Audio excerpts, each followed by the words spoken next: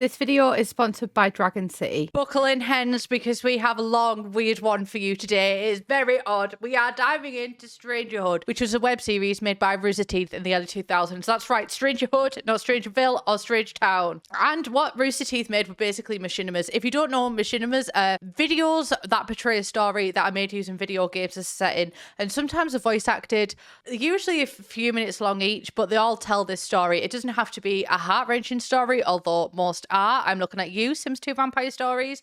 Some can be a lot more lighthearted. Most famous one that I can think of off the top of my head is I'll Have the Strawberry Soda by Sim, GM Productions. Kourtney Kardashian knows that exists. Before we get into the Rooster Teeth of it all, I just want to share our sponsors for today's video, Dragon City. Today's video is very excitingly sponsored by Dragon City. I am massively in my fantasy era at the minute. If anybody's curious, I'm role-playing as a half-elf rogue called Melwyn, so this is a perfect sponsorship for me. Dragon City is a free-to-play app that's available on all devices, and there's over 1,000 dragons to collect, and each have unique designs, elements, and rarities. But you can also combine different types of dragons, like flame dragon, nature dragon, ice, and electric dragon, to breed over 1,000 dragons. As you feed your dragons, you can watch them evolve and create your own dragon empire. You can have a fighting dragon. You can train them by teaching new attacks and battle with them in master arenas, and you can either do this with other players within Dragon City, or you can even battle your own friends. But it's not just all about combat. You can also find dragons of your favorite YouTubers in game as well. If you like Dream and George Not Found, they're also in the game. You can have a floating island empire that's full of farms, habitats, buildings, and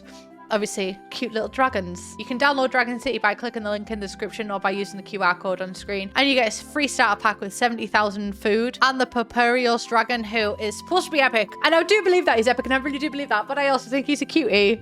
So thank you so much for Dragon City for partnering with me on this video. Let's get back to the story. And the particular series that Rooster Teeth made was meant to be a parody of late 90s to early 2000s TV and pop culture. And the characters themselves were parodies of the main types of stereotypes that you'd see in these TV shows and in popular culture, in sitcoms specifically. And there are 2 seasons of this show, funnily enough. It ran for 2 seasons.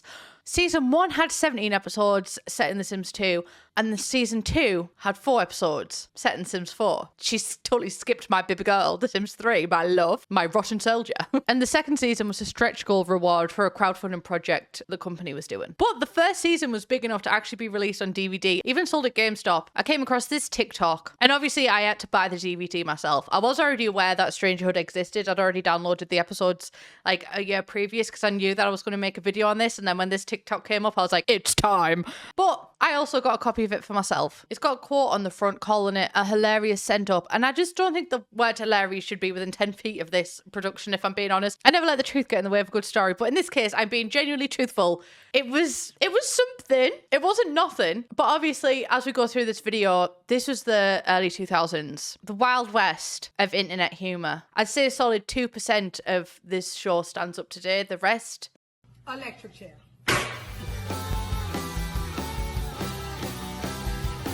Before we get into the actual video covering the 2 series of Strangerhood, I want to talk first about Rooster Teeth and why they're still around. And I do just want to put some trigger warnings here for sexual harassment and bigotry, specifically homophobia and transphobia. So let's do a little interlude of Rooster Teeth. If you don't know what Rooster Teeth is, you'd be with me. You would not be alone in that, because I didn't know it existed until making this video. I thought the Sims 2 devs produced this because I hadn't actually seen it before. I thought that this was a Sims TV show because I know that the Sims tried to release a movie. So I just thought this was, naturally TV show. But that's off topic. Moving right along. Rooster Teeth was founded in 2003 and made and still makes internet content like web series, sketches, and podcasts. And the company being founded in the early 2000s makes a lot of sense because Strangerhood is very 2000s in the way that it's either unfunny or quite hateful. I haven't watched the rest of their content, but I'm going to guess anything from that time, and potentially even now, probably falls under the same vein. And I also feel like it's very important to mention here that the company and several of its employees have been accused of multiple awful things, including but not limited to sexual harassment, homophobia, and transphobia against employees and community members, as well as a general atmosphere of crunch culture. This article from Kotaku says, early this week, former employees of gaming content empire Rooster Teeth accused the company of underpaying them, overworking them, and using racist and homophobic language against them, among many other things. Now, Rooster Teeth addresses the allegations with a declaration that will be cutting down on content for just this week. And within the article, it talks about a spreadsheet that's linked that counts multiple accusations against Rooster Teeth. Another article article from Variety talks about Jensen, who worked at Rooster Teeth from 2013 until leaving this year, published a 2,257-word blog post Saturday detailing her experience at the company. Jensen was a producer and director who mainly worked in RT's Achievement Hunter Games group. Within a few weeks of starting at Rooster Teeth, Jensen wrote, "Every day I came to work and was called the F-slur, but they could not use that name and content, so when anyone was recording, I was called Fugs instead." Jensen said they report the use of the nickname for years to HR, but nothing was ever done about it. She also talked about her experience within the company and mentioned how she wasn't being paid for her work, and also in a twit longer she denotes how she experienced transphobia while working at the company. I'll include links in the description if you would like to learn about any of this. Most of these were fairly recent as well, and not much seems to have been done to right these wrongs in any actual impactful way. So with the general environment of Rooster Teeth established, let's go into their show Strangerhood. I'm going to be doing this little bit as if you watched along with me, so you don't actually have to watch the episodes. If you have already watched it, I'll include timestamps in the description so you can easily navigate. So first off, let's go through the main cast of characters and the sitcom stereotype they were meant to represent. First off, we have Sam, who is a generic, usually kind of boring guy who is somehow the main character. Think Eric, that 70s show. Next, we have Wade, who is a stoner of low intelligence. Think Chris from Family Guy, Shaggy from Scooby-Doo, or any of the main cast from Dude, Where's My Car? Thirdly, we have Dr. Chalmers, who is an old man and easily irritated. Think Jay from Modern Family. Next up, we have Tovar, who is overly silly or unintelligent, with a strong accent, often the butt of offensive cultural jokes. Think Raj from The Big Bang Theory. Now, this isn't to say that I approve of this when I'm saying this. This is just a outline of what this TV show entailed. Next up, we have Dutch Miller, who is a young professional. Think Barney from How I Met Your Mother. After that, we have Catherine, who I dubbed throughout all my notes as Angela from The Office, who is a dumb blonde who hates other women for existing. Think of any blonde female main character from any 2000s chick flick film. Then we have Nikki, who's a teenager who wants to know what is actually going on. Think Meg from Family Guy. And then finally, we have Griggs, who is a tough guy, the overly American macho man. Think Ron Swanson from Parks and Rec. The Strangerhood currently has one review on IMDb, and it says, "It can be explained as a nice, smooth glass of wine. Each episode went through me in the nicest way. Each character was divine, as if they were rose petals, fallen fresh off the stem. The animation is only the best, and the story is breathtaking. It's very strange, but in a good way. It's like a gust of wind on a hot summer day. Each time an episode came out, it put me into a state of utter jubilation. The merchandise is priced extremely well, although I admit I would pay more for it. I believe that everyone needs to hear the soothing sounds of Wade's voice. It's truly therapeutic. I cannot wait for more content from the series." And rated it 10 out of 10. Now, the funny thing is, this profile, despite being active for 7 years, has only one review on the page, and it is The Strangerhood. So now we get on to the Strangerhood episodes. I'd be interested to know who watched it in the 2000s, because obviously it was a very different time, and it must have been popular if it got that many, but I wonder how people would feel if they watched it now and not through the lens of nostalgia. So season 1, episode 1, Why Are You Here? We start off where several strangers wake up to find themselves in a mysterious suburban neighborhood. It starts with Sam, the first character we were introduced with, jumping out of bed and screaming about the other sim, Wade, sharing it. At first I was like, oh my god, yes, slay representation this early. G fucking G, but no, they don't know where they are or even what the names are. The first sim discovers his name is Sam because the name is stitched into his underwear, and the second sim thinks his name is Durnt, but it's clearly Wade, as his shirt has a name tag that says, "Hello, my name is Wade." The argument that they get into is kind of reminiscent of Dude, Where's My Car? And then it goes through and shows us the rest of the characters who I've introduced you to and how they don't know who they are or how they got where they are. Episode 2, the one with the premise. Premise is a very stretch of the imagination, but we soldier on. Everyone that we've already met finds a note telling them to go to the house that Wade and Sam are inhabiting, which is really, it becomes a bit of the hub for the nameless. And obviously the episode title is a reference to Friends, which is a sitcom representation. Everyone comes over to Sam and Wade's house and the TV comes on with a sound mixer kind of thing, showing a voice talking to them and saying that the voice, it's Jesus, Lord, controls everything. And when the transmission ends, one of them will be dead. The episode just ends on that absolute cliffhanger. I was shaking in my timbers. I was clutching my seat. Episode 3, we have a floater. Apparently the thing that died was a goldfish, right? And to replace the recently deceased goldfish, the house gets a new goldfish in addition to the ones remaining in the tank. So one of the fish in the tank is dead. Wayne faints on the floor because he couldn't handle seeing death. Really honestly relate to that. I cannot handle it right now. Wayne's been through some shit. And then there's talk of getting a new fish to replace it. The TV voice delivers a new fish. A most humble and giving Lord. This is a joke, by the way. Jesus is blue tacked on. You know what it never was? That's serious. And Dr. Chalmers thinks that the fish should be helping out and contributing to the group. He goes on a full rant about this fucking fish. And you know what, Dr. Chalmers? He had my heart by the end of the show. I didn't like much about the show. I like Dr. Chalmers. Episode 4 is called The Sublimation Round. And just want to trigger warning, this is the 2000s. And obviously, there's a woman in it, so she has to make a joke about having an eating disorder because it's the 2000s. So may want to skip this episode if that triggers you. The omnipotent voice, who is our Lord and Saviour Adam Driver, orders Sam, Wade and Tova to compete against Catherine, Dr. Chalmers and Dutch Miller in a contest to cook and eat grilled cheese sandwiches. So there's Team A, Sam, Wade, Tova. Team B, Catherine, Dr. Chalmers, Dutch Miller. So like I said, the TV show is satire about TV shows. It's quite meta in that way. So this episode, what it's ripping off, is reality TV show. I have been on a reality TV show, The Sims Sparked. I don't know if you've heard of it. Wild animals, wild rides. Never felt so stressed playing The Sims in my life. So yeah, I relate to all of the characters in this episode actually. And the TV voice says that the people in the house do better when they're forced to compete with each other for prizes. So it's essentially Big Brother. So the first to cook and eat an entire plate of grilled cheese will be the victor. The losers will be banished from the kitchen stadium forever.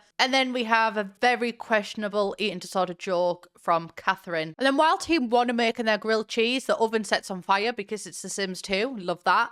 And then we are randomly moved to scenes of Griggs waking up in bed with a gnome that he doesn't know is there. And then a montage of other scenes where Griggs is unaware of the gnome. The gnome is in the oven. The gnome is in the bath. The gnome is on the lawn. The gnome is amongst the shit in the toilet on the TV. And then the gnome calls Griggs crazy through the TV. That gnome gets a fucking bout. He's got plans and he's achieving them. Do you know what I mean? You can't fault the lad. And then we're brought back to the teams. And it turns out that because Team 1's oven set on fire, Team 1 decided to eat Team 2's sandwiches, so neither team won, and they all ended up losing. And that's the end of the episode.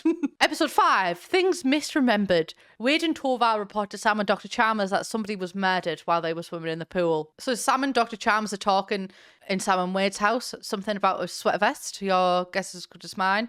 I actually think there may have been an Irish joke here. And by Irish joke, I mean Irish stereotype. There was quite a couple of Irish stereotypes in this one. What did the Irish ever do to Rooster Teeth? Wade runs in and says there's been a murder and Nikki is dead.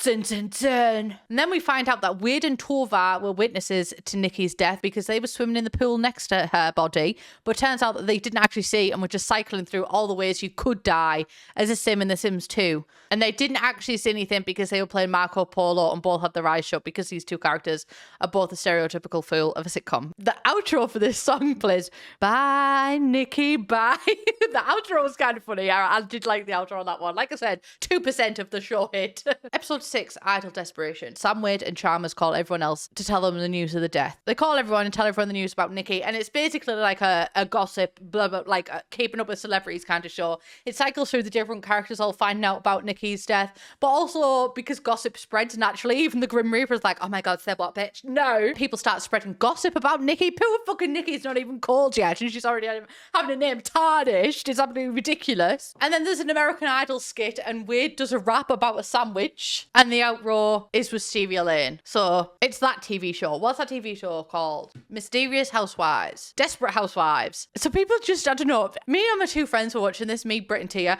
and we were just watching and we were like, I'm sorry, a girl is dead and we're just not doing anything about it. Like, instead of focusing on the death of a teenage girl, we have Wade singing a rap about a sandwich. They put the effort into making a sim that looks like Simon Cowell. And I mean, to be fair, he did look like Simon Cowell. He did. But, like, justice for Nikki, Jesus Christ. Episode 7, Star-Crossed Suckers. Sam looks through his telescope and notices that the constellations are incorrect. Sam looks through the telescope and says, that's a crazy bunch of stars. Sam reminds me of your typical nice guy. You know, the guys that are like, I'm so nice. I don't know why girls treat me like you fucking stupid little fucking bit. That is what he reminds me of. Being there. And then Wade is all in Sam's personal space. Sam mansplains astronomy to Wade for a minute. I don't think Wade asked, but but Sam did it. And then there's lots of random constellations, like there's a plum bob constellation. Favorite one was the Leo constellation crossed out with Leo as a pussy written next to it, which I don't know what Leo did to you, but Sam.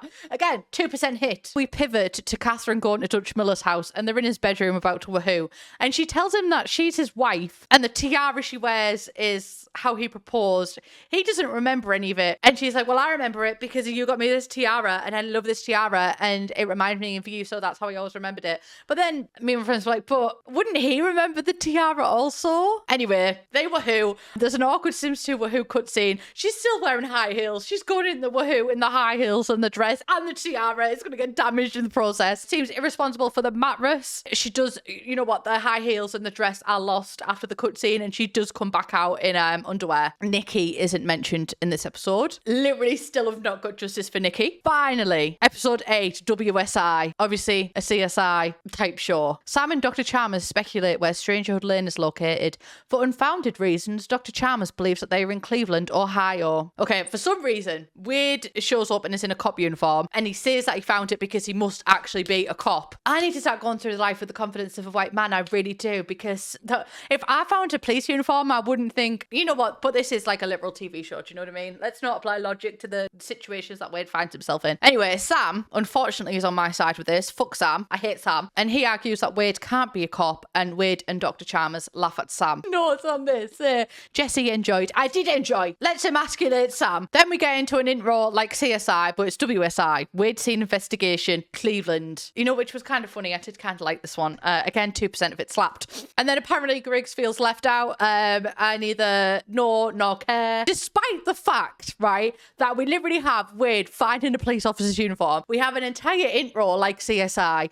Nikki is still not mentioned one time in this episode, despite the fact that she was fucking murdered. Justice for fucking Nikki. Episode 9, Detective Defective. It's just finally the episode where people care about Nikki. So Wade finds a pre-built police station and just assumes the role of detective because why the fuck not? And almost immediately he sets to work trying to find clues to solve the murder on Strangerhood Lane. Finally, my Nikki's getting some recognition. And this one is kind of a crime noir, but also not really. It's just got a black and white filter over it, and it's just Wade who keeps saying it was a dark and stormy night. And then he mentions that a girl is dead. It turns out, shock horror, it's Nikki. We've been waiting episodes and episodes and episodes for this. I don't know why he's shocked. And then Wade decides to go at the scene of the crime with Tovar, Sam, and Dr. Chalmers. And it seems like a conflict of interest. Like, let's just step back for a second. It seems really fucking sus that here is the scene of the crime, right? Nikki is dead. Oh, Jesus! Right, that's Nikki. Nikki is dead here. Wade was here when Nikki was dead. Right, he said, oh, I don't know what happened. And then he goes off, finds a police uniform, comes back and goes, I'm going to solve this crime despite the fact I was there at the crime. And Nikki's just here. He does some research around the scene of the crime and finds out that there's green makeup on the floor, which implicates Griggs. And at first I was like, how does this fucking implicate Griggs? And then I looked at Griggs' face and I was like, Griggs MUA. Episode 10, Devil May Care. As Griggs realises that he's a wanted man, he gets into a car that he finds. But first, he stops to consider his positions, unaware that a garden gnome is in the seat next to his. So Sam tells Dr. Chalmers he thinks Griggs killed Nikki, and Dr. Chalmers shows him a note confessing to Nikki's murder, written in cursive and signed Gruggs instead of Griggs. I've connected the two dots. Griggs also gets a wanted poster, and then Griggs gets into a car to leave, and then there's also a gnome in the car, but then again, he doesn't really see it. Are we the gnome? The angel and devil on his shoulder argue, and then Wade's angel shows up on his shoulder, and then Dr. Chalmers' angel also shows up on his shoulder, and then all of the male characters' angels on the shoulder show up, but not Catherine's or Nikki's. Just say you hate women and be done with it. Girl, you're my angel. You're my darling angel. I'll put you on my shoulder when these men will not. Episode 11, Cell Block Durr. In a prison cell, Griggs meet Tovar and Dutch Miller acting as his lawyer. If you're feeling sorry for Griggs up until this point, don't. Because content warning for American nationalism in this episode, which then leads to racism. Like, just feels weird that I'm saying this about a Sims 2 machinima, do you know what I mean? So in a prison cell, Griggs meets Tovar and Dutch Miller acting as his lawyer. So Griggs is in jail for his crime. I still feel like it's been covered up by Wade, but you know what, Griggs, you deserve to be there. Torvar is in there with him, and it turns out Torvar has been to jail several times already, but claims it was his evil twin Torvar and not him. And I believe him, honestly. Griggs is flat out just racist to Torvar. So that man's exactly where he needs to be. He can stay in that jail cell. I don't care if he's innocent. And then there's an ambulance, and then Griggs and Dutch Miller go chase it, apparently. It has this thing of Wade running with scissors, which is actually a Sims 2 downloadable death from the Sims 2 Exchange. The running with scissors custom content, I may have to do an entire history of that one because she's fun. She's fun. She's small, but she's fun. Wade cut Torvar with scissors. And Mirror starts talking about Operation Conspiracy going well, and Phase 2 has started, and Phase 3 is the all too convenient conclusion. Are you confused? You're confused? I'm fucking confused. Episode 12, Surprise Guest. Dutch Miller hosts his own late night show. Content warning, trigger warning for transphobic jokes in this episode. What is it with the 2000s and transphobic jokes? So this episode is a parody of late night shows like Jimmy Fallon. So Dutch Miller is the host of it, and he makes a joke about the lame audience, and it cuts to the audience and it's just Sam, which I agree, Dutch Miller, he is lame. And Dr. Chalmers is the first guest, and it just shows him being a cowboy at home. I found this quite funny. I like Dr. Chalmers, right? He's charmed. Dr. Chalmers charmed me. Charmed my heart, babe. Torvar is the next guest, and he does some stand-up comedy. Catherine shows up and says she has shocking news, and Dutch Miller makes a gross transphobic joke. I'm not going to say what it is. He makes two, in fact. And then Catherine tells him she's pregnant, to which he responds with a video of their woohoo that she didn't know about, but he recorded. So fuck Dutch Miller. Why is everybody hating on Catherine? I know it's The Sims, but like fucking hell. Episode 13, Double Indemnity. Griggs goes on trial. So this is a Law and Order style intro, but it's lies and disorder. This is actually quite funny. I did find the intro quite funny. And they're all in a courtroom, and Wade is trying to order from a menu when the judge says order, and he's like, yeah, I'll have this. Thank you. That was kind of funny. I did enjoy that. And Griggs' defense is basically, didn't do it, don't think I did it. If I did it, then she deserved it, which is basically the gaslighter's manifesto. Fuck Griggs, honestly. And then Torvar says Sam did it. He has absolutely no evidence of this case, but I believe him. I'm inclined to believe him. And then it turns out, dun dun dun, Nikki's been alive this whole time. Episode 14, Nikki's alias. A ghost from the grave reveals the truth behind the murder. So the ghost being Nikki, so not a ghost after all. Catherine says that the problem is that someone still needs to kill Nikki. Quite funny. Nikki tries to explain, and she says that she saw Torvar acting strange one day, so she followed him. Saw him talking to what she thought was himself, but turns out it was another Torvar, which would be Torbar. Follows him in disguise to all these places, and changes the disguise every single time, apart from the last one where she changed her makeup. She finally finds him in an underground hallway and is suspicious and does some fighting moves, Kill Bill style. Finds a secret door and goes through it and finds documents and information, but does not reveal what the information is to us. Once again, we are left on a cliffhanger. I'm shaking in my timbers. Or is it shivering me timbers? Episode 15, Lost in Place. While attempting to discover what the hell is going on, the inhabitants of Strangerhood Lane get lost. So we're back in the courtroom, and Nikki reveals that Griggs is her biological father. Dun dun dun! That was actually a bit of a big shock, a big reveal. Unfortunately, my friend Brittany already ruined this for me, because as we sat down and watched the first episode, she went, "Oh my god, fun fact, guys, Griggs is Nikki's father." Spoiler alert. And we were like, all right. And then when it came in like so close to the end of the series, we're like, Judas. They realised it as it came out the mouth that they just gave a huge spoiler over this. Sorry, guys. Very me-coded. But anyway, Griggs is a biological father, so sorry to you, Nikki, for that. Someone knocked her out and she woke up with amnesia. I mean, she already had it, but this was new amnesia. She had amnesia on top of her amnesia. Tunisia. It's where she goes on holiday. And there's a secret spy in their group. Turns out it's Catherine. Told you, that bitch has got brains. It's because they're underestimated that she was allowed to get away with it. And apparently, the tiara is linked to that secret hallway area, which is linked to Griggs's norm, which is linked to mind control. The dots are there, and she planted evidence against Griggs to make everyone think he hurt Nikki to throw them off. So that explains Gruggs and the cursive handwriting from the earlier episode. Episode 6, the montage exposition. After scolding the mysterious man for being overly dramatic about the possibility of getting fired, everyone begins to question who he is. So they all go to the secret area, and there's someone there named Sam. The boring Sam stole his name from him. And and none of the names are actually what they think they are. Nikki is the only one whose name is right, but her name is actually pronounced Nikai. The old man, the new Sam, or the OG Sam. Boring Sam should be the new Sam. He doesn't deserve to be the OG Sam. So the OG Sam, no, that's confusing. Dr. Sam, Court Sam, Sam 2, Old Sam, Old Man Sam, Old Man Sam. Old Man Sam explains what's going on. And 100 years ago, the global entertainment franchise ran out of any ideas. So they built a time machine and kidnapped people to watch what they did and come up with new entertainment for people to watch. And they erased the memories so it was all fresh. May I suggest just hiring women writers? Old Man Sam was the TV voice that was coming through the TVs. And Catherine was working with him the entire time. And then OG Sam asked to be sent back home, but there's an error on the time machine. And then there's also lost style and row cars throughout this entire episode, parodied in both that specific show and also the tendency for TV to cut off like important parts for breaks and advertisement. Episode 17, the final countdown. Final episode of the series. The residents of Strangerhood Lane finally get to go home. This is the final episode of this season, thank God. We meet Tovar's evil twin officially. Old Man Sam brought Tovar through the time machine and it split its molecules in two, creating the evil twin.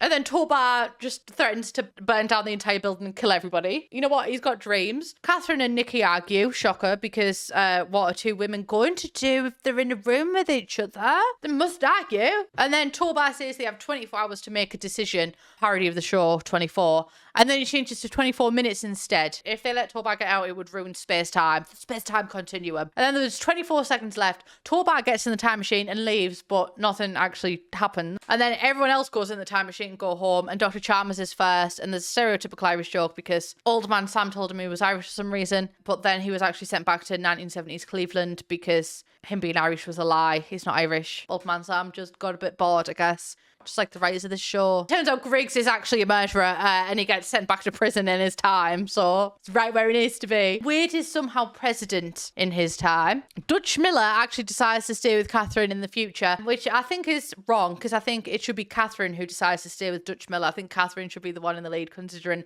he filmed them having wahoo. And then they send Sam back. Sam wakes up on his settee and thinks that it was all a dream. And then there's a classic comedy movie outroll with clips of them in their actual lives, which is really, honestly, I really actually enjoyed this bit. Nikki founded the first ever Kung Fu beauty salon for troubled teens. Dr. Chalmers became known as the disco leprechaun of North Cleveland. Griggs invented a new stain-free formula for camo makeup. Dutch Miller and Catherine had their baby, which strangely looked a lot like Dr. Chalmers. This threw me for a fucking loop because I was not expecting that in the outro. And Dr. Chalmers is he's my homeboy. He's my rotten soldier. I love him. Tovar, cosmic whereabouts unknown. Wade became the most popular president ever elected. Old Man Sam is currently unemployed. Sam, OG, is still wondering if it was all a dream. It was, probably. So now, besties, we move on to season 2. And at the end of season 1, I thought, oh, thank God that season 2 is more recent. I'll enjoy it much more, probably. Season 2 made me miss season 1. And season 1 wasn't even that good. So it starts off, episode 1, Operation No More Strangerhood. Returning from a distant, dark, twisted future, President Wade must gather all of his wits and resources to stop the worst thing ever from happening, the Strangerhood. So most of this episode is a recap of season 1. And then we move to Wade in the Oval Office. And one of his advisors is listing off all the things he's missed, but he's only just focused on just getting back from the future, which is, fair enough. He was literally kidnapped, and he tells his advisor what happened to him. So we have another recap, but this time through the lens of Wade's retelling. And then he decides to start up Operation No More Strangerhood, in which he will create the Strangerhood in order to stop the Strangerhood. Also, these episodes are twice as long as the season 1 episodes. So despite the fact that there was only 4 episodes, these episodes felt really long. Episode 2, the one with the plot. This episode does have the R slur in it. Obviously, I will not be saying the R slur. In his efforts to prevent the Strangerhood, Wade offers 6 unique individuals the chance to create a better future by creating the Strangerhood. There's a room full of people and the TV voice is back, but this time it's just Wade. There's a Call of Duty reference, and one of the people is definitely supposed to be Ben Shapiro. And then there's a title card sequence in the flash through the different stereotypes that are being brought in, but this time it's more internet user stereotypes rather than like a satire of sitcoms. So we have the sheep, the planner, the competitor, the celeb arsler, which I'll obviously not be saying, the feeler, and the updater. And then one of the people gets electrocuted to death. So that's episode 2. Episode 3, A Ray of Hope. Wade's experiment to stop the Strangerhood from taking place seems to be working. That is until a blast from the past. Future comes knocking. We literally had to watch the last 2 episodes on 2 times speed because they're so boring and unfunny and just, yeah, they weren't good. So there's some classic Sims things happening, like they're all in a maze, they're all painting, they're all running. The girl in the school shirt is obviously meant to be like an angry feminist stereotype, but quite frankly, she makes some good points throughout the entire show, and I support her. I think the episodes fell very much flat in season 2 because season 1, you know, as questionable as it was, it had a narrative. Even if that narrative made me go, what the fuck? It still had one. So like the episodes weren't as hard to get through. They just left me feeling very much, what the damn dickens? Where season 2, I'm just like, and what's the point? Like, yeah, it's funny that Wade's creating this to stop this, but like, why does he think that this will stop this? Do you know what I mean? Like, apart from the fact that it's funny, that it's ironic, why is he doing it? Anyway, the final episode 4, Dreams Do Come True. Confronted by beings from the future, Wade learns just how dangerous his experiment really is. The contestants of the new Strangerhood trail off to find an exit, but end up finding much more than they bargained for. We have the return of Old Man Sam, Catherine, Dutch Miller, and Tovar. And they're back because Wade apparently ruined the future. And we see a sim doing things over the Strangerhood project. Turns out it's OG Sam. Checks out, honestly. Told you. Nice guy vibes. Tovar makes them promise to not do any more dumb shit and he'll take them back to their time. And then the last shot is of OG Sam and he's the only one left in the Strangerhood. And he's happy about it. Good riddance. I'm happy about it too. Bye, bitch. As a wrap up, the show itself is kind of a time capsule of the internet in the early 2000s, which is to say that it didn't end well. It wasn't funny 99% of the time, and ultimately left us more confused than when we started. Shockingly enough, season 1 was actually better than season 2, and that's saying something. Like I said, season 1 actually had a narrative you kind of understood, and it was also kind of a mystery, like why are these characters there? And then you find out along the way, and then there's twists and turns, and you kind of understand, like, it's plausible that somewhere in the future they've kidnapped people and put them in a house, and like there's things to develop along the way, and then there's mini plots where season 2 is just, let's do everything that season 1 did but without any motive and without anything for the characters to do. Let's just do stereotypes and not put them in interesting situations. Like, there was no point. Like, why are they there? What's making me watch? At least in season 1, you know, I was fuming over like, why aren't people talking about Nikki? I want the thing for Nikki. Where season 2, I was just, if Nikki was in this, I'd want her to die just to fucking get out of it. Do you know what I mean? But yeah, it's definitely a product of its time. It honestly, very, very shocked and surprised to actually watch it because, like I said, I thought originally that Strangerhood was something that The Sims 2 created. I thought it was it came directly from EA, and then imagine watching it and then seeing all these racist, sexist, transphobic, the arsler. Yeah, it was monumental, negatively.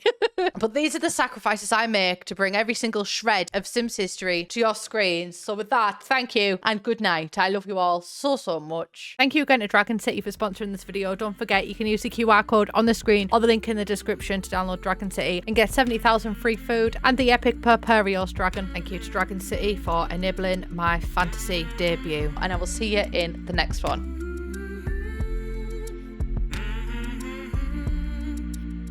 She took 2 all-nighters.